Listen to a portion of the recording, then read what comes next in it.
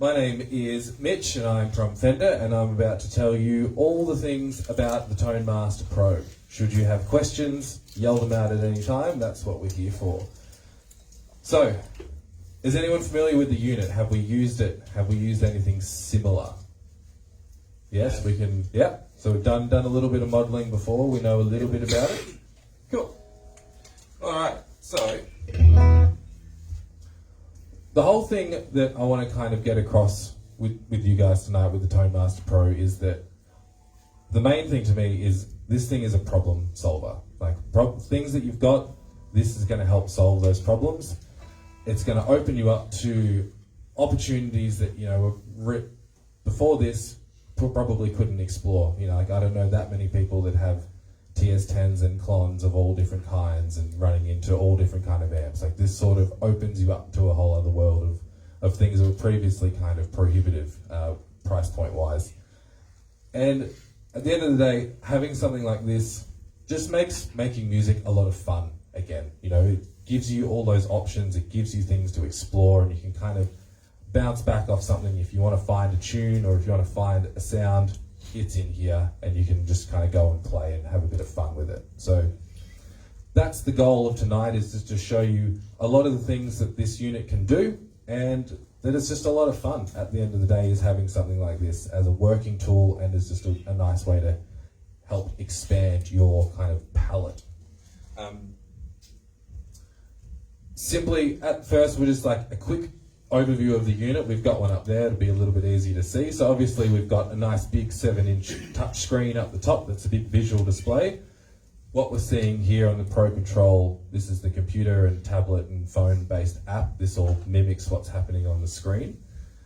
We've got 4 effects loops, so you can still run it if you've got, you know, old pedals or pedals that you don't want to get rid of. You can still run in conjunction with this unit.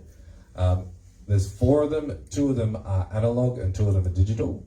Fun fact, the Tone Master Pro is the only one at this stage that has analog effects loop. So basically it's just a completely true bypass circuit. So if you've got fuzz pedals or like pitch pedals that need to see the guitar first, you can run that in the first effects loop.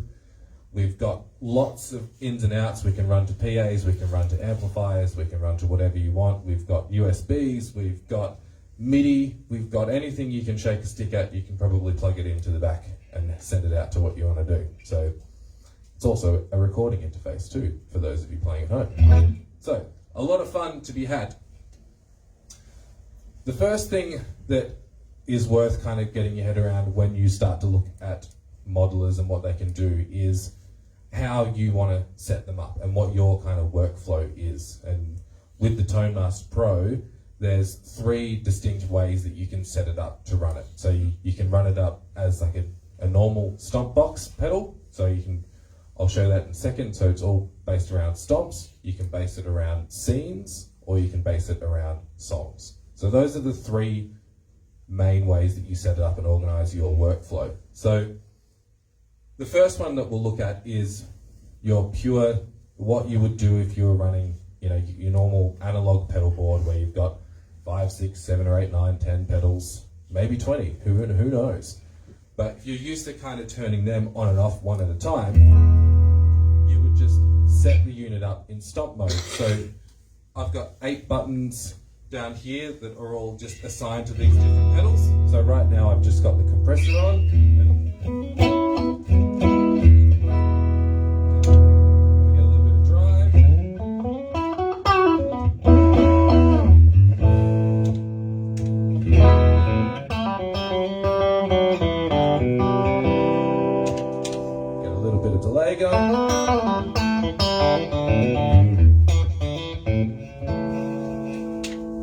maybe we want a bigger reverb.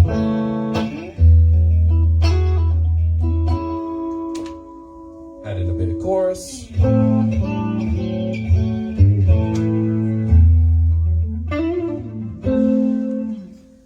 So it's basically just running exactly how you would your normal pedals. So if that's where you're coming from and you've spent a very long time, you know, 10, 20 years or whatever it is, 20 for me, running analog pedals right into the front of a tube amp or a solid state amp, then this is definitely the first place to kind of start to just mimic how you would set it up with your normal pedals and then go from there.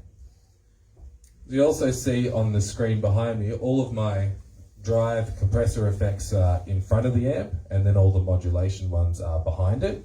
So that's just to kind of emulate what it would be like if you were running things through an effects loop. So you do get a bit of it with like your reverbs and your choruses, you get a bit of a cleaner and brighter sound if you do run them through an effects loop. So doing it this way, you put them behind the amp, just gives you that same kind of feel. If you don't want to do that and you want to stick them right in the front like what you used to, you simply grab it and go there. And now that's in front of the amp. So with all of these pedals, you can just drag and drop to wherever you want them to go. And it's the same with the touchscreen, you would just bend down and do that. So that's a nice little feature if you like, you want to go. I know what I was like when I had my analog board and had a fuzz into something else and then something else. I'm like, I wonder what it sounds like if I have the fuzz second instead of first. I'm like, I can't be bothered unplugging everything and all the Velcro's there and everything's set, so I just kind of left it. But now it's a lot easier. You just drag and drop and go, no, it sounds better the way it was. So there we go, we just leave it.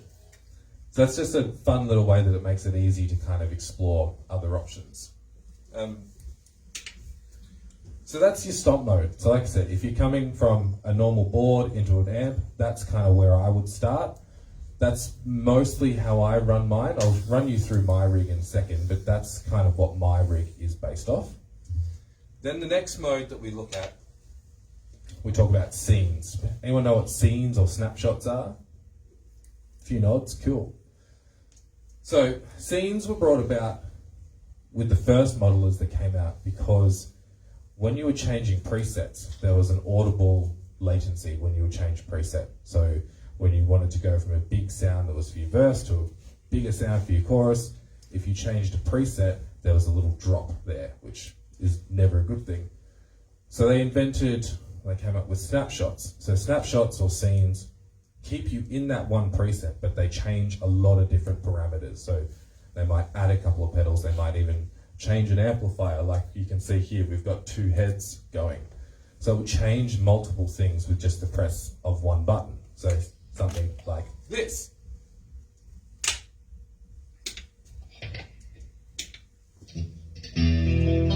Some of my I've got a clean scene set up here.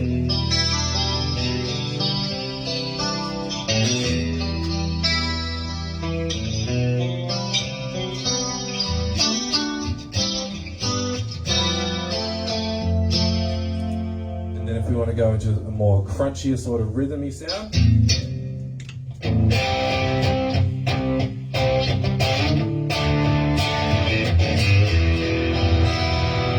So that changed a lot of different things with just the press of one button, and then we can go even further.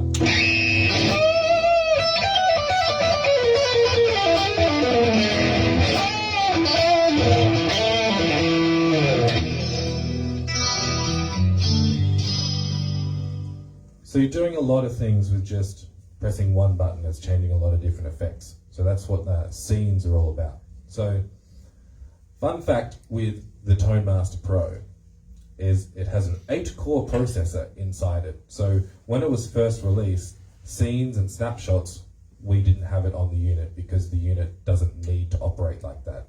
Because of the processing power that's in there, the presets you can change instantly without any audible delay. So they went in there when this was first brought out in October a couple of years ago. We since brought them in because people were so used to having scenes or snapshots as their workflow that they kept asking for it and kept asking for it, and we kept saying, but you don't need it because this preset's just changed instantly, you don't need it. And they said, well, yeah, but that's what we're used to and that's what we want. So the dev team listened and the dev team said, all right, cool, if you want scenes, we'll just put them in for you. Let's just do it. So scenes are in there. If that's what your workflow is, then go for it. You don't need to do it, but like I said, if that's how you want to run it, then you are more than welcome to do it that way. The next mode that we will look at is the song mode.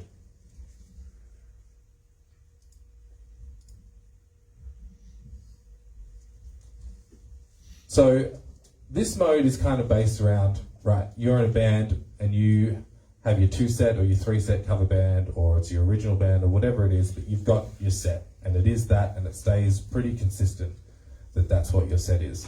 So for each song, you might have a whole bank of different sounds that you want to queue up for that song. You've got a chorus sound, a verse sound, and you can move through these with the buttons down below. So right now, I just set up a really simple little 3-song set for my cover band that's hypothetical, but the first song that we play tonight is Dance With Somebody, Whitney Houston.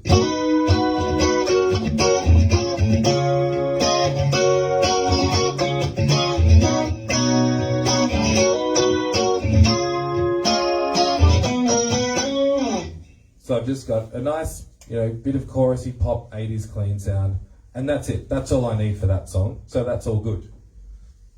Then we go into a surf tune, because apparently that's the band that we are. So then and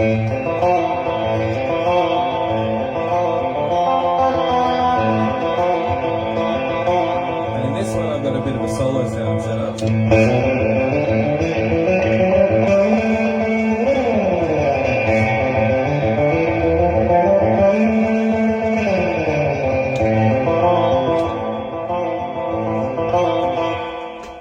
So I've just got my 2 sounds that are kind of set up. I've built the presets, they're in there, and I know for my rhythm, I just have my rhythm pedal, and then when I go to my solo, I just click that on. I've already set everything up beforehand, so it just goes to what my solo patch is, and then I'm back. And I only need to think about just clicking on one pedal for each part. Can I ask you a question? Sure, you can. The amplifier that you've got there, the Fender, Yep. that's a twin 10-inch? So the bigger one is a single 12, and then the smaller one is a single 10. Okay, it's just that it's a very spatial sound. So at the moment we're running through both the 12 and the PA system as well. All right. Yep. Okay. Yeah. So I'll touch on what we can run it through a little bit later, but basically those 2 speakers there are FR cabs, so full range flat response. So you can run those with the Tone Master or with any digital modeler that you'd be running, whether it's a Tonex, Quad Cortex, Helix, whatever your flavour is. These just operate purely as a flat response speaker that looks like a guitar amp, which up until now there's a couple other ones that do it, but mostly it was like PA wedge looking units, which sound good, sure, but just don't look that cool, really. And we like to look cool, don't we? So having guitar amps that look like guitar amps is a bit nicer. And what we do have on those as well, if you've had a chance to look at the top panel, is it does have like a master volume, a treble, bass, and mid, and just a cut as well, like a high pass cut, which is nice because when you get to a gig, you've got your presets set up. If you don't want to mess with things, you're just like, it's a little bit toppy, I can just roll off a bit of the treble on that, and I don't have to worry about going into changing an amp setting or anything. So it is nice to have that option if you're running one of the FR cabs. You've got a bit of EQ on top. So yes. And then, so the third song that we play in our set is a bit of every guitar solo favourite, this guy. So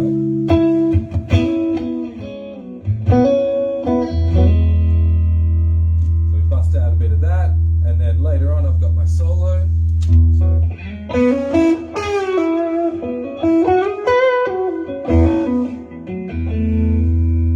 And then towards the end of the song, I need a bit more delay on the solo, and it needs to hit a bit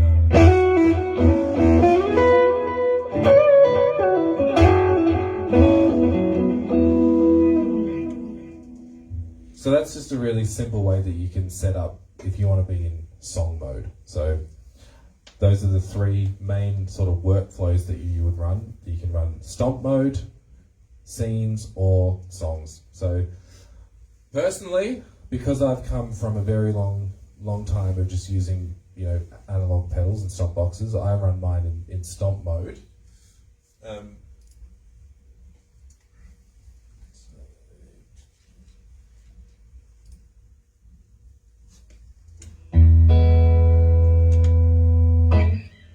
So this is my basic rig that I use for most of the things that I do. So I play mostly country, pop music, and I do a bit of corporate-y stuff here and there. And what I will do when I get called for a gig, if I haven't done it before, I will basically just start with this as my template and just move in and out what effects that I will need for that gig. But my amp rig that I've got set up is pretty much stays the same all the time. It's just a nice twin reverb into a couple different 12-inch speaker cabs that are just mic'd differently.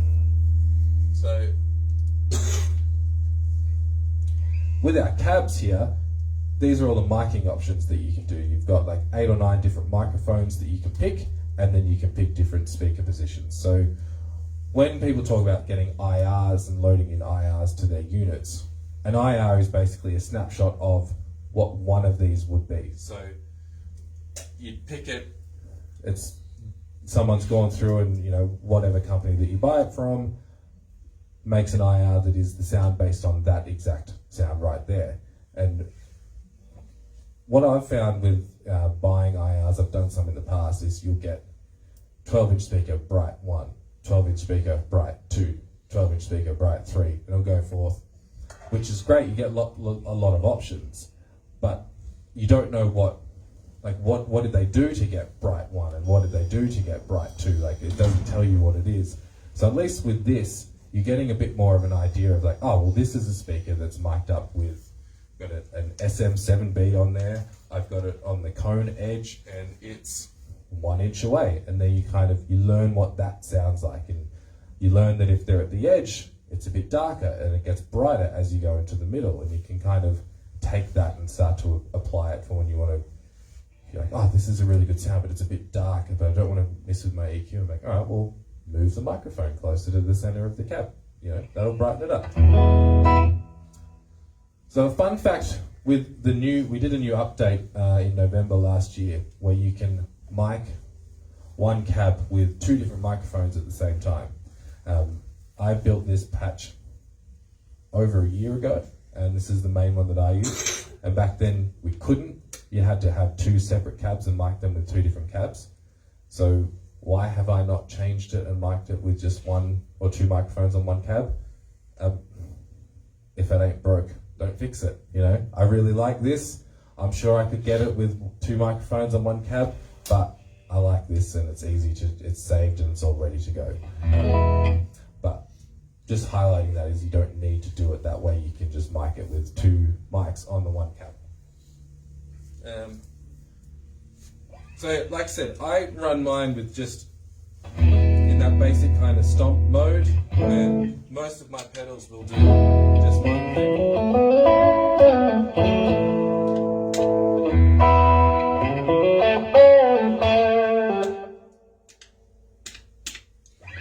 So what you'll notice there is I've got this set up with, it turns on my clon, but it also turns on the delay.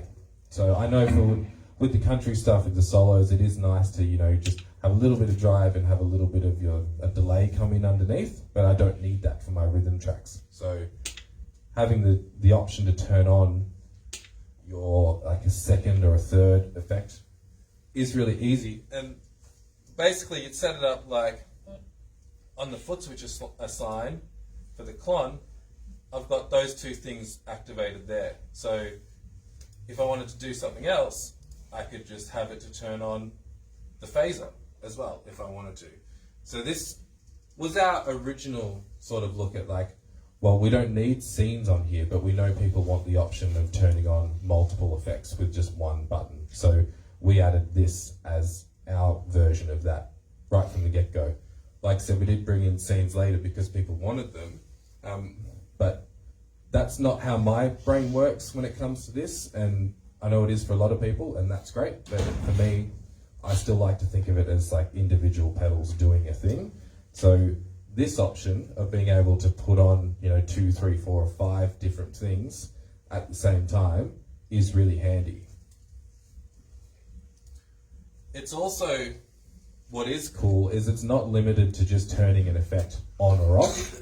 You can have it set to a parameter change. So if you did want to have your solo, but you wanted to have more reverb as well, you can just set a parameter change to turn the reverb up that you've already got on there.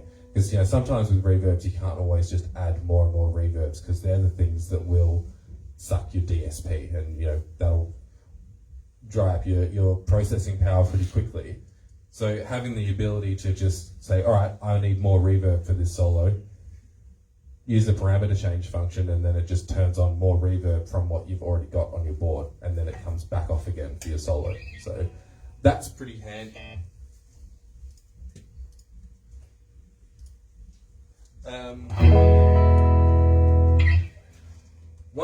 One cool thing that did take me a little bit to kind of get my head around this at the start, but I kind of figured it out. In one of the bands that I play in, we have 2 guitars, and there's a few songs where we have like harmony parts, and there was one gig that she couldn't come to, and I was like, okay, well, what can I do with these like guitar harmony parts? How can I figure those out?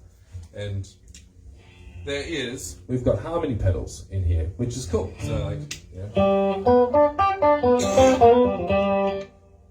so it was nice to kind of be able to just do that. But the little workaround was like, the part in the song is like, and obviously I don't need the harmony part for the chords, so I was trying to figure out a way to do it where I was like, I can step on it and then step it on to turn it on and off, and that was a bit hard. But then I remembered you can change the pedals from latching or momentary. So latching is what you kind of normally used to. You press it, turns on, stays on until you turn it off. Momentary is when you just put your foot on it, is when it works. So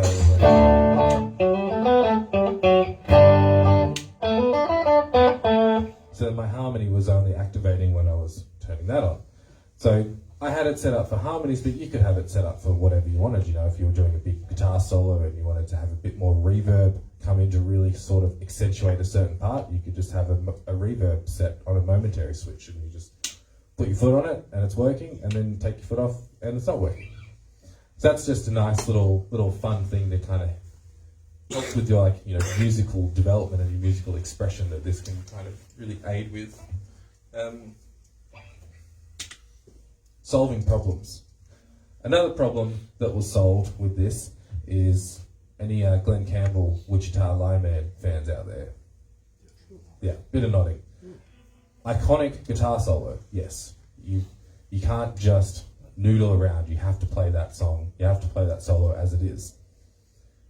It's a lot of effort to bring a baritone or a bass 6 for like 8 bars of one song. So I tried a few different ways to kind of make sense of it, and you just play it up the octave, but it doesn't quite sound right. So I was like, okay, well, if I tune my low E down to a C, I can get that low C and I can kind of play it on the E and A strings, and it sort of worked and it was fine. But then enter the virtual capo. So now my guitar is tuned down to what the baritone would be.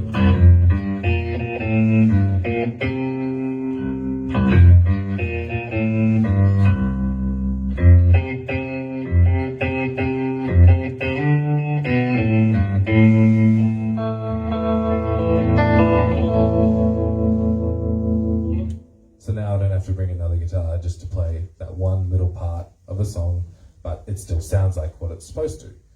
So again, just solving little problems that, it's just little fun ways that you can just sort of add to your playing. So that's kind of my basic rig, and I just like to kind of show that what really kind of sold me on using these as like my predominant rig in the first place is what I found that modelers did struggle with for a long time was that clean Strat or Telly into a Fender style amp that was sort of on the edge of breakup, and it kind of reacted to your right hand and how hard you pushed into it. That was where a lot of these kind of fell down for a long time. And metal guys have been using these for years, and when you have a modeler in this price point, it just can do the metal thing, because if it can't exist. It can't stand on its own 2 feet in that space. Those guys have been using them for years. This can do that, so it's not really where I'm going to go. When we spread out later and we kind of get on and have a play, we can look at a few of the kind of higher gain patches, but that's sort of not what this is about. What I really want to show you tonight is that, like, just a nice E chord that does break up when you dig in, and it cleans up if you back off.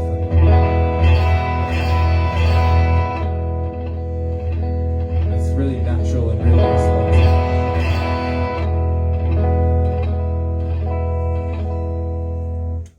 How easy is it leveling out sounds between patches on that? Yeah, so there's a few ways to do that. The easiest thing to do is, it won't show up on here, but when we have a look later, there's an output mixer down the bottom here. So what I would generally do, and what I have done for tonight, is kind of went through and leveled out all of the patches. You can kind of see where it's sitting on the output, where it's like negative 20 dB or negative 30. And then for all your patches, if you just have them, reach them up to about negative 20, if that's what you want it to be, you can just level them all out to be at negative 20. If you just kind of have that as maybe if you want to set it at, like, cool, I'm just going to have all my patches be negative 20. So you just use the output mixer, adjust the levels of the amp. So there's a few ways to control it. You can use the actual amp itself. There is the preset volume.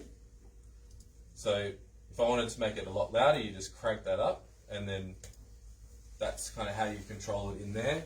Then you can just suss out where it's sitting on the output volume, and then you would just go forth and just apply whatever you set it to, wherever it's like negative 30, then just match the rest of your presets to that. So, have you got something at the moment that you're using?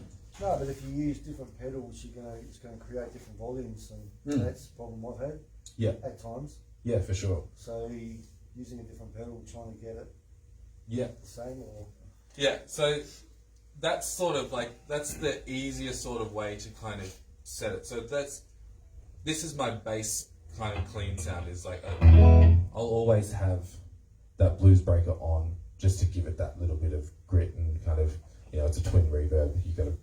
And it's a digital version, so it's not really going to break up. So having a little bit of that blues breaker in front. So I'd go forth and I would set my clean sounds for all your presets. And then it's like you clone my overdrive sound.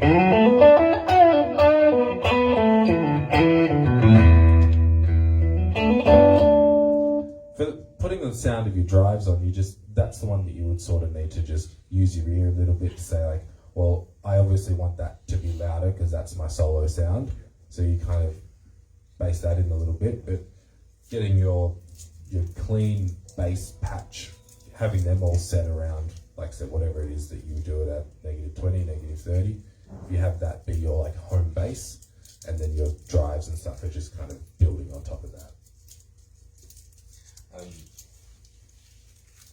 So yeah, that's my rig in a nutshell.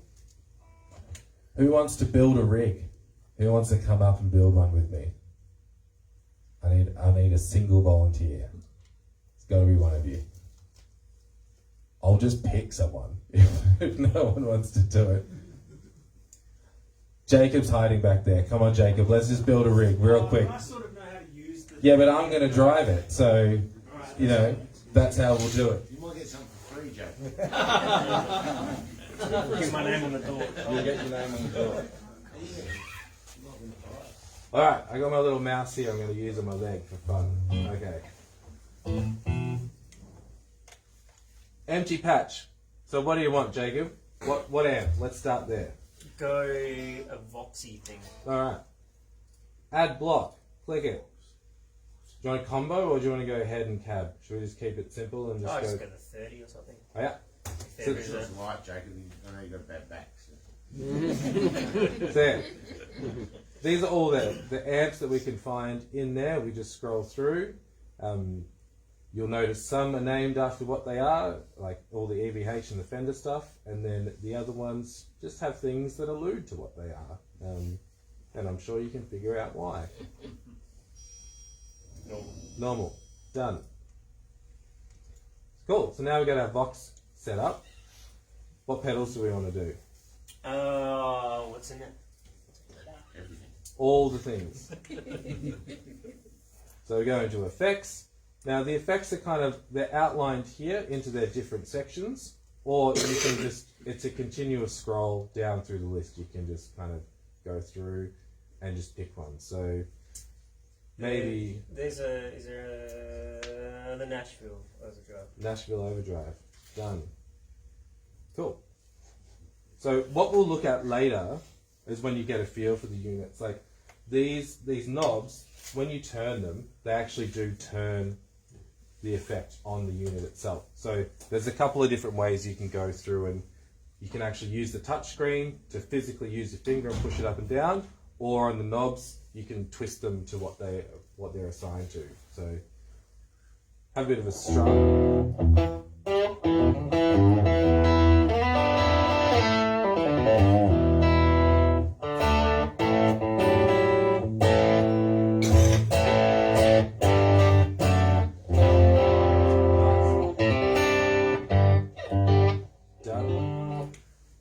Now, how do you want to mic it? Because that's the fun thing too. What I would do, and this is something that took me a little bit to get my head around too, is high cuts are really, really important with the digital space, especially when you're playing live. Because basically, it's a lot of what people find the issue with any digital rig is that it sounds a bit shrill and can sound a bit harsh. And all those frequencies live up here. So when you're playing live, studio's a little bit different, but you don't have to cut as aggressively. But for live playing, what I've kind of found is setting your cuts at 80 for the low cut, so 80 hertz, and then 8 kilohertz for your high cut. It's a really easy rule of thumb, just 80 and 8. That will just help to eliminate any of that kind of top end shrilliness that just sort of filters through a little bit. So that's a really simple and straightforward thing to do that I do with pretty much all of my cabs. So we can just do that now, and that will just, like I said, just pull about some of that shrillness, and especially because we're going to strat into a Vox, Lord knows there's going to be a bit of shrillness. So yeah, are you happy with the 57 or the SM7B? Yeah, Cool. Shall we have a bit of a hear on the high cut? And Yeah. How dark, obviously, we're sounding. So if we pull it right back up, you want to just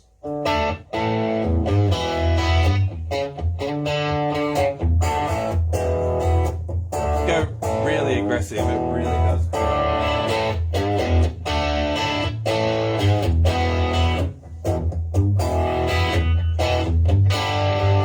So Yeah.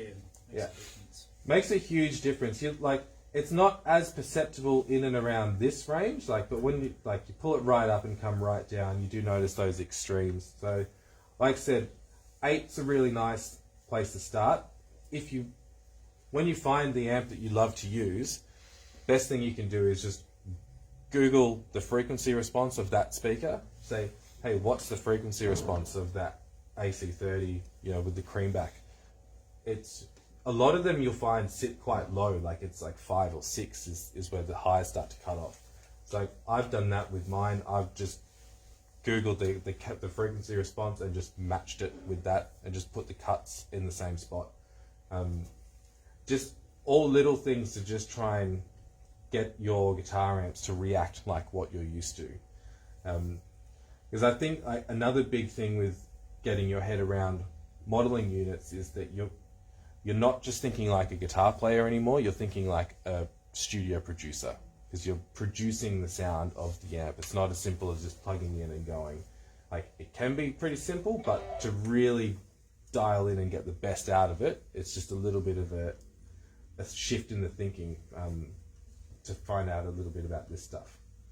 All right, any more effects you want on there? How's it going? Stacking drive. Yeah. So do you want to put it before or after? I normally run something after, Yeah. like a blues drive. Yeah. So we could do like a blues breaker. We could do one of the clones. Yeah, do the clone. Yeah.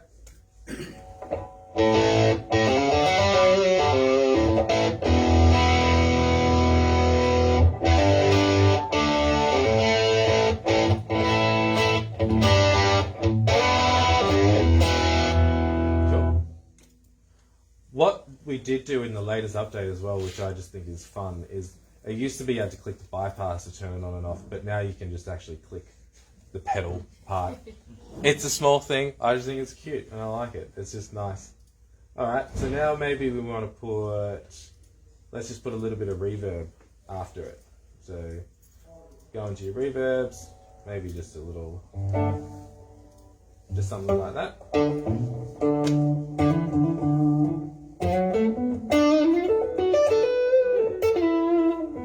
There's a couple different ways you can run your adjustments. Like you can click on the knob, move it up and down, or if you're more of a percentage person, you just click on it and then it brings up the percentages and you can just move this part up and down as well. So I reckon we can leave it there. But that's how simple it is to just kind of pull up a rig and just get going. All the amps look like what the amps do, so you're not kind of guessing. All the pedals look like what they are, and to me, like that's one of the big things with the Tone Master Pro is that all the things look like what they're supposed to look like. I know with some of the other units, there's little squares and little symbols that represent things. To me, I gravitated towards this quite a lot because, like I said, coming from the normal stomp boxes, playing live where you need to make adjustments quickly and you don't want to have to menu dive, this makes a lot of sense to me because you look down at it and you're like, oh, I need more drive from my clon. I click on my clon and turn the drive up. It's that simple.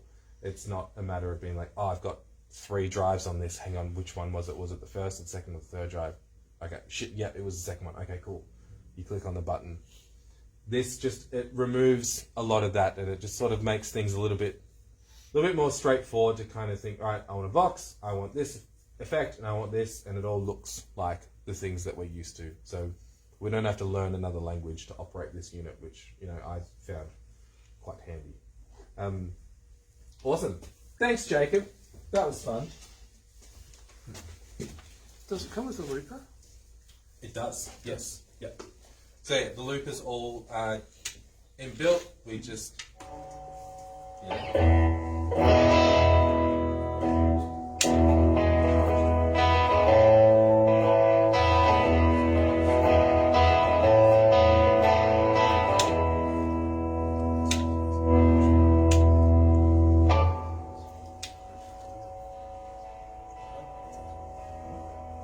had it turned down before. Yeah, there it is.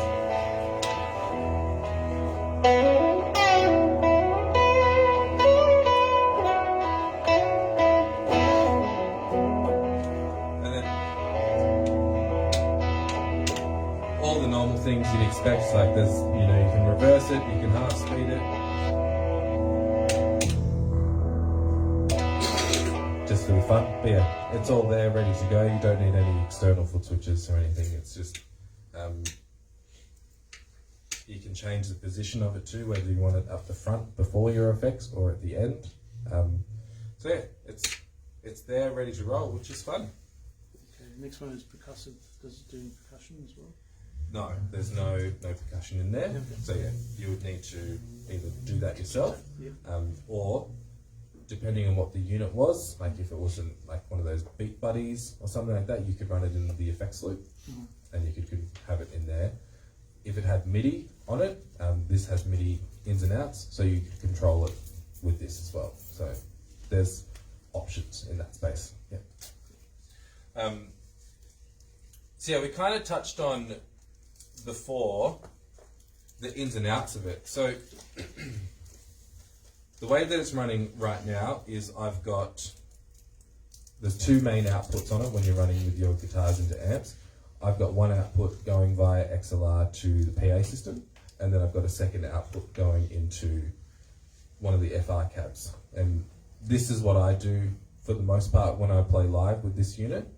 So you can have the output volume that goes to the speaker cab behind me. I have that set to on my big wheel down the bottom here, so I control the master volume with that wheel. I give the front of house guy a separate send that isn't attached to that, so I give him a sound right at the start. the level's good, and then I can use that master volume to control my sound on stage, and that doesn't affect what gets sent to front of house.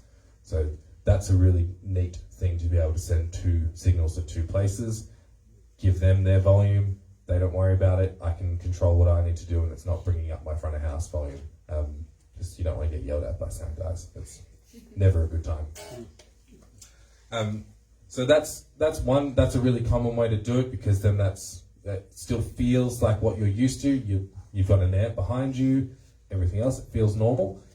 The other option you can do is just not use the cab at all and just go with the front of house and just lean into just rocking up to a gig with the guitar and a pedal board. Done it many times.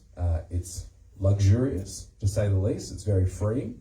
And if that's what you've been doing, or that's what you kind of hope to do, then you can 100% do that with this unit.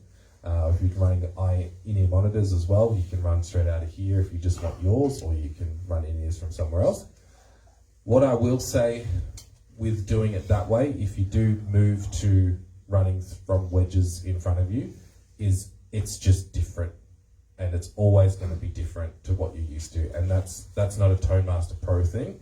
That's purely just I'm using a modeler and my sound's coming from in front of me, not behind me. So, or if you're using in-ears and you're moving to that, there is a learning curve involved with all of that, and different isn't bad. That's a really big thing, because I know people will get a bit scared of it because no, it's got to come from behind me. I'm not used to it being in front. It's different. It's weird. I don't like it.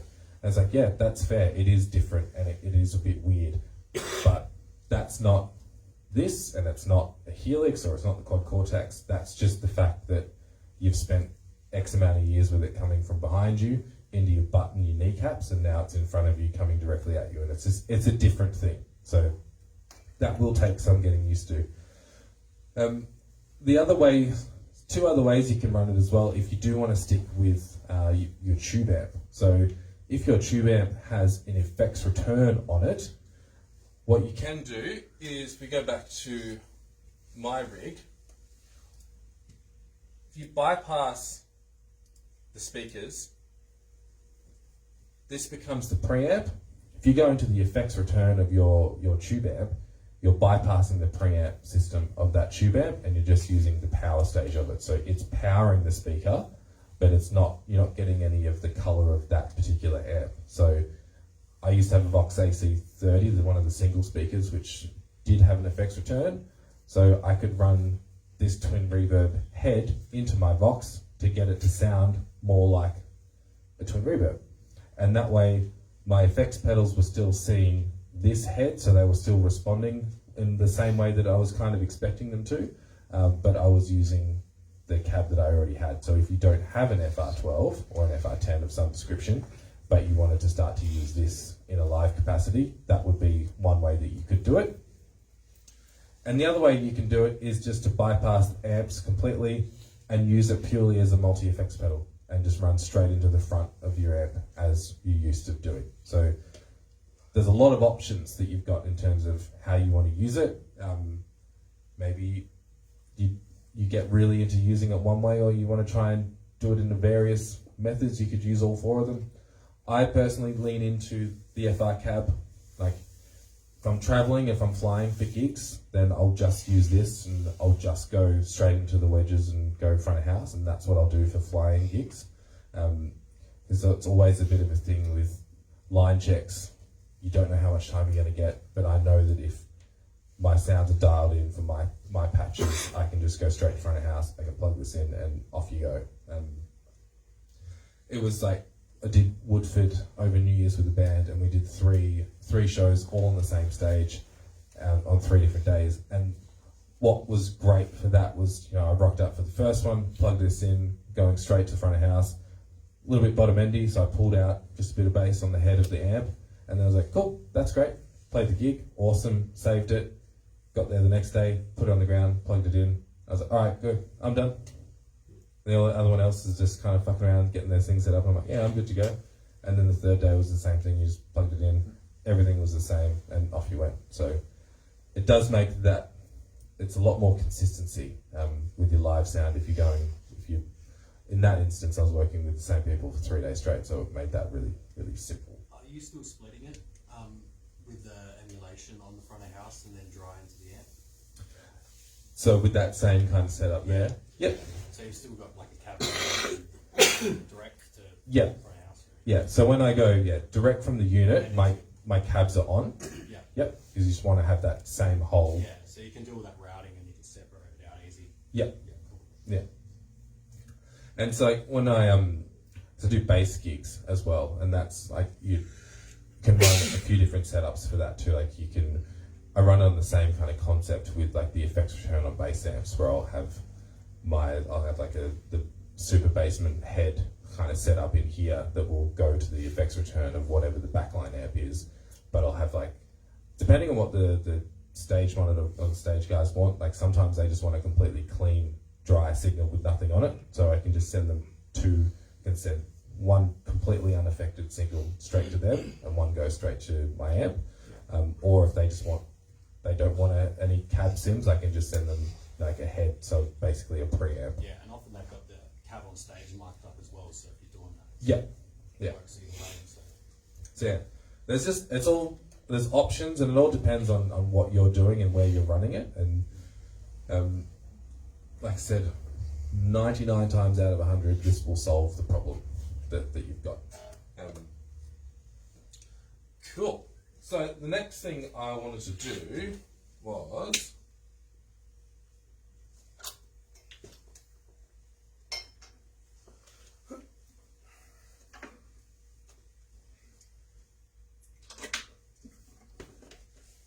do we have any acoustic guitar players in here? Any like solo acoustic performers or duo acoustic performers? Yeah.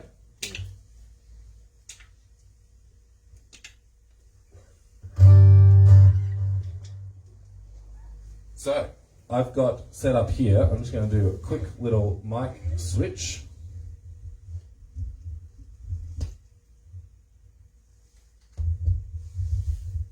Two, one.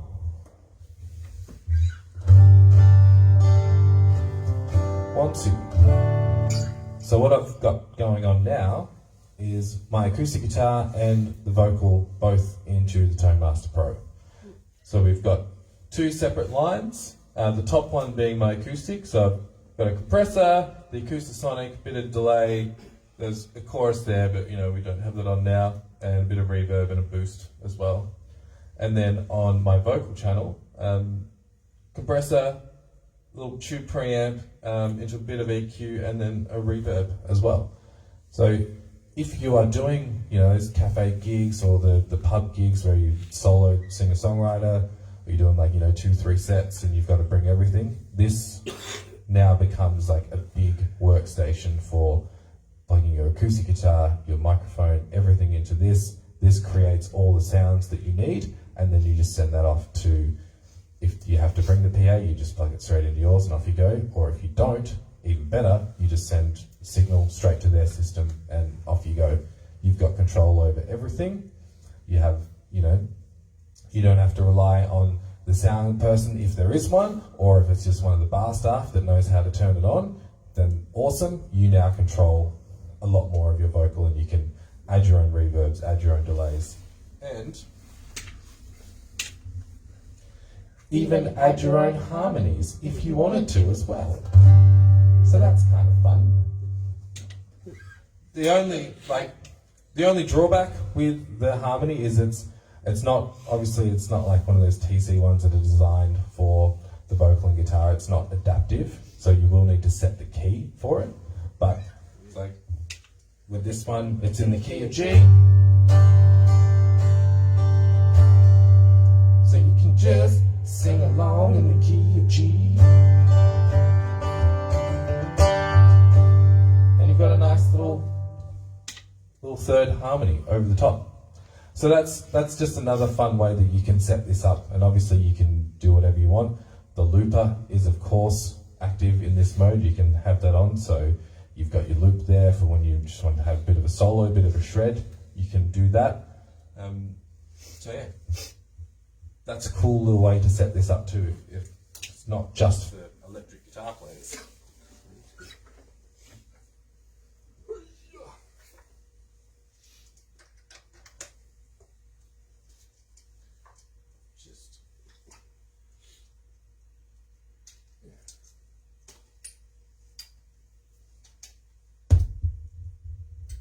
And we're back. All right.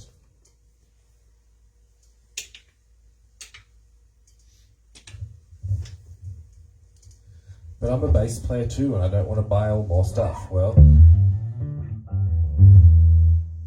you don't have to. So we've got a whole bunch of bass amps in there. There's a couple of Fender ones, there's some Ampeg style ones, there's an SWR, and there's Galliant Kruger as well.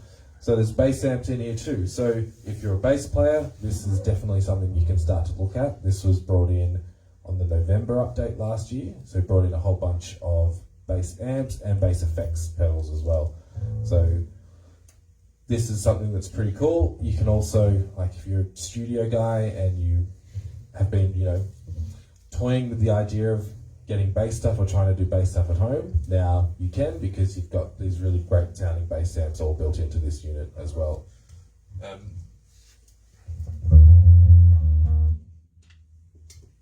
So this is the B15, so this is a classic.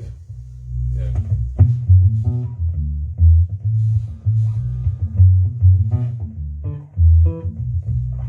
So just allows you to kind of explore what sort of bass textures that there are there.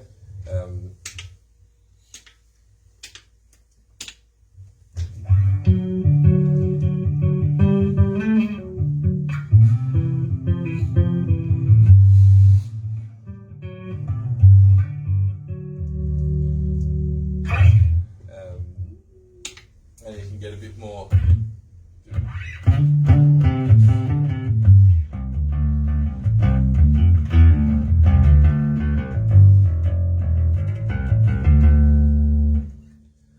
And with the FR12, like I've done a few corporate gigs on the bass with just that as well. So you can still gig the bass through an FR12. FR10, I have done it with that as well. Like it's a single 10-inch speaker, so depends on what else is going on around you, whether you think that a 10 can kind of suffice in that arrangement. The corporate stuff that I've done has just been with a 5-piece, so the 12 was kind of where I needed to go for that. If you're doing a trio, a small thing, the 10 would be totally fine. It is just nice to have it as an option. Like if you were predominantly a bass player, then I would say maybe let's look at getting an actual bass amp. But if this is a secondary thing for you and you don't want to have to go through that outlay, then you've already got something that will cut the mustard for you, which is really handy. Then we can move on and talk about the last thing that I want to do before we kind of have a little bit of a chill and you guys can play it and we can talk about things one-on-one is... Get back to the guitar.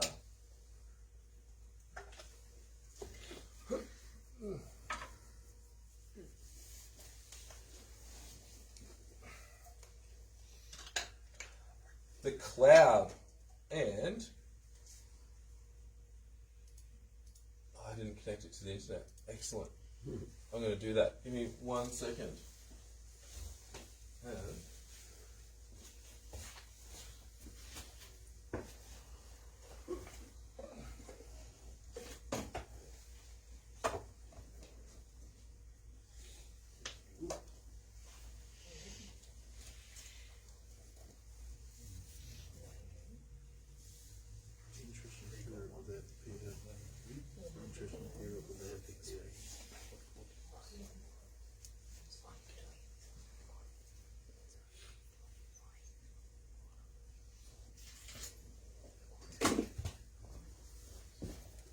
All right.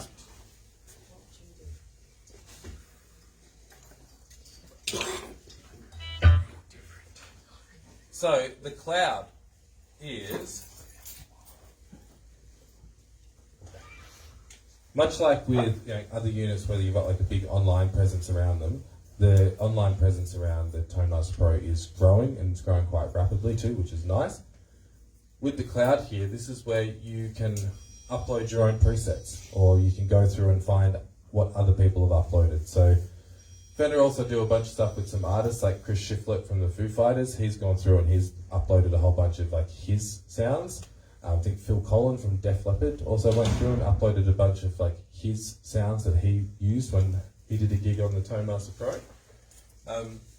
So what's cool about it is you can kind of just go through and like have a look, and if you say, all right, I want to.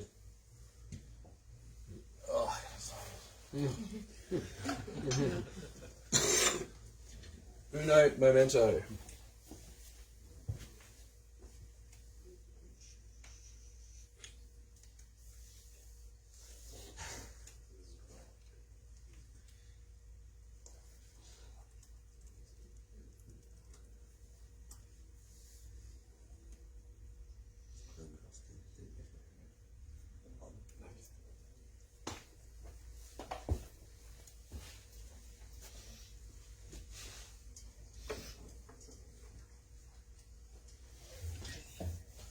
So when you click audition, it just loads it straight up into your Toadmaster Pro. So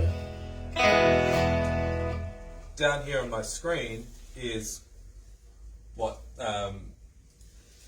old mate Shiflet, how he kind of sets his up.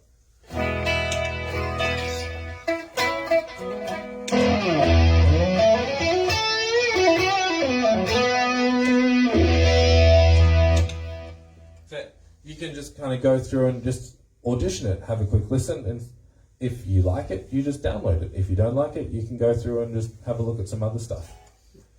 So this is a really cool database for like when you, especially if you were like, you know, David Gilmour fans or Clapton fans or whatever, you just kind of say, all right, I want to go through and see what's there for David Gilmour or Eric Clapton or whatever. You can just search it, go through, and 9 times out of 10 there's something there that someone's built, and you can just download it straight on, tweak it for your guitar and how you're wanting to use it, and then off you go.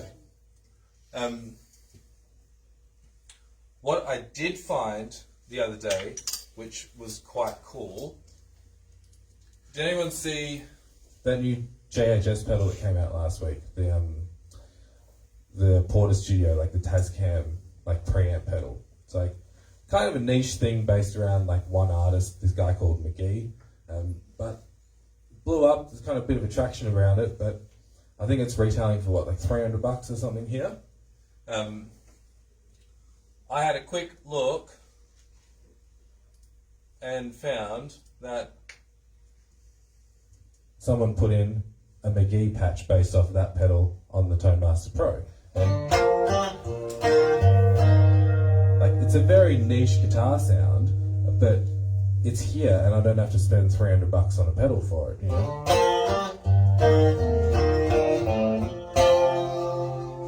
The only thing that I really did with that is McGee does play baritone quite a lot, so I just added in my little baritone thing.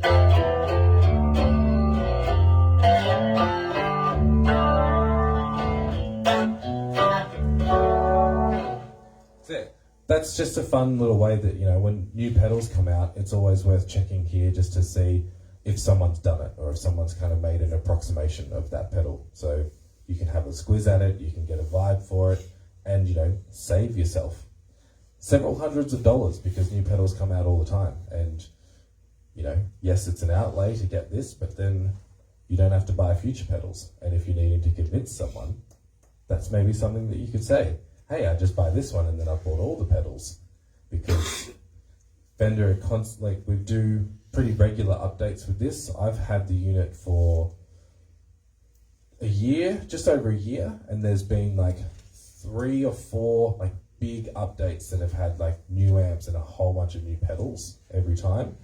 And then in between those, there's always lots of either like hot fixes to kind of just sort out a few things, or there's like little like workflow changes or just small little updates. But the updates so far have been consistent and big, and that's kind of been the plan for at least 8 years from rollout. So that's still going to be happening for quite a while. The other thing with the cloud too is with your presets, you used to be only able to upload them on there. Now you can save them onto your own device or your own computer. Why would you want to do that? So you can sell them. And that's a big thing with like guitar influencers, Instagram and YouTube space is selling presets for the HX Stomp. So now you can, if you want to create your own presets, you can now sell them online, which does force people to like spend a lot more time with this now, because there is a way to monetize your expeditions with the Toadmaster Pro. You can get really involved with certain artists, build presets, stand by them, and then sell them and start to make a passive income off making presets. So that's something else that people wanted and we listened to, and we kind of added that in the November update last year. So that's something that's pretty handy. So is actually the presets that are for sale there on the cloud as well? No, the cloud's all free. Cloud's free. Yep. And then where's the store to buy the presets? There's a few different places that do it. Like they're all like third-party stores. So there's a big one called Chop Tones. They make preset packs for lots of different units. So they've started doing Toadmaster Pro ones about like 6 months ago, or November last year. And there's just like individual content creators. Like the guy, British dude called John's Guitar Garage. He does lots of preset packs for this, like some free and some paid for. There's another guy called Damien Andy who does a lot of them, and there's this another guy, American guy called Doug Budzinski, who does them as well. Just all like just individual content creators that you'll find. Like once you get one of these, you'll start to find the people that post a lot about them and get excited, and a lot of them start to sell preset packs, and they're not expensive. I think I bought some of John's for like some 80s shred thing, because why not? I think it was like $15, and it was like 8 or 9 different presets that are all set up, ready to go with scenes and with all the kind of changing and stuff. So and you literally buy them, downloads, you plug this into your computer and you drag and drop, and it's all loaded up and ready to go. So one thing I will talk about before we kind of start having a bit of a play ourselves is the device fallibility, because at some point it will fail. And it might sound a weird thing for me to say that, but it is the same with your tube amps, with your pedals, with your cables, with everything. All of it at some point it will break down. And what's important with this is, I know that some people kind of think it's like, oh well, it's just what if it just dies in the middle of a gig? I'm like, yeah, that would suck. But what if your tube amp died in the middle of a gig? That would suck. What if your guitar died in the middle of a gig? That would suck. But you still bought the guitar and you still bought the tube amp.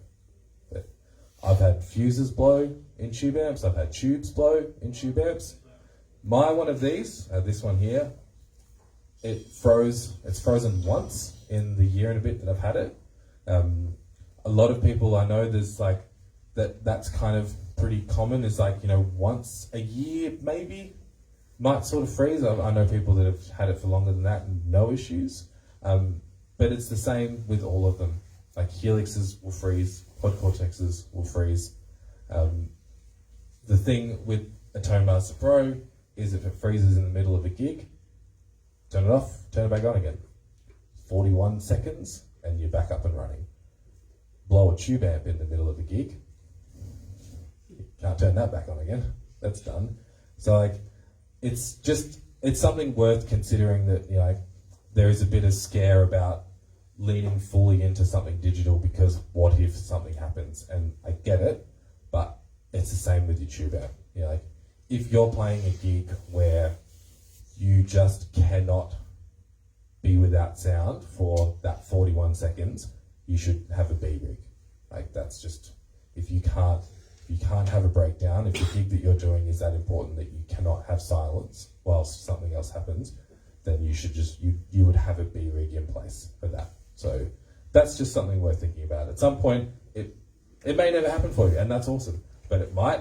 When it did happen to me, I was lucky. I was just at home. I was just recording, and I was like, oh, okay, cool. I'll just turn it back on again. It was great. It was fine.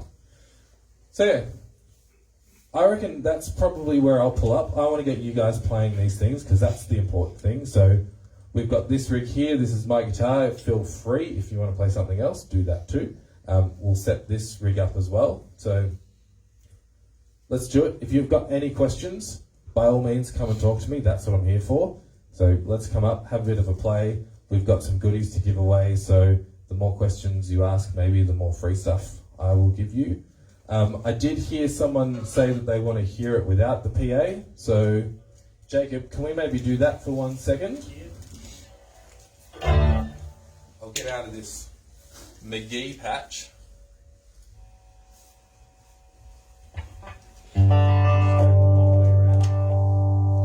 Take your time.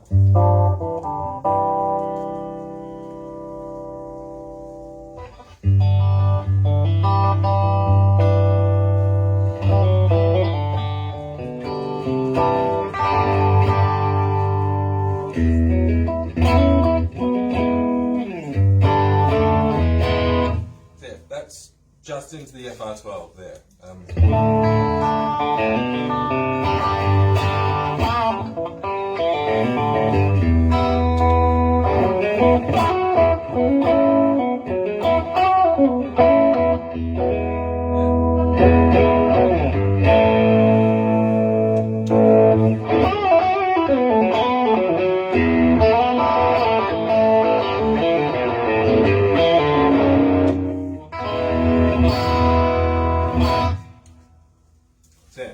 Like in a band setup, like that's totally doable.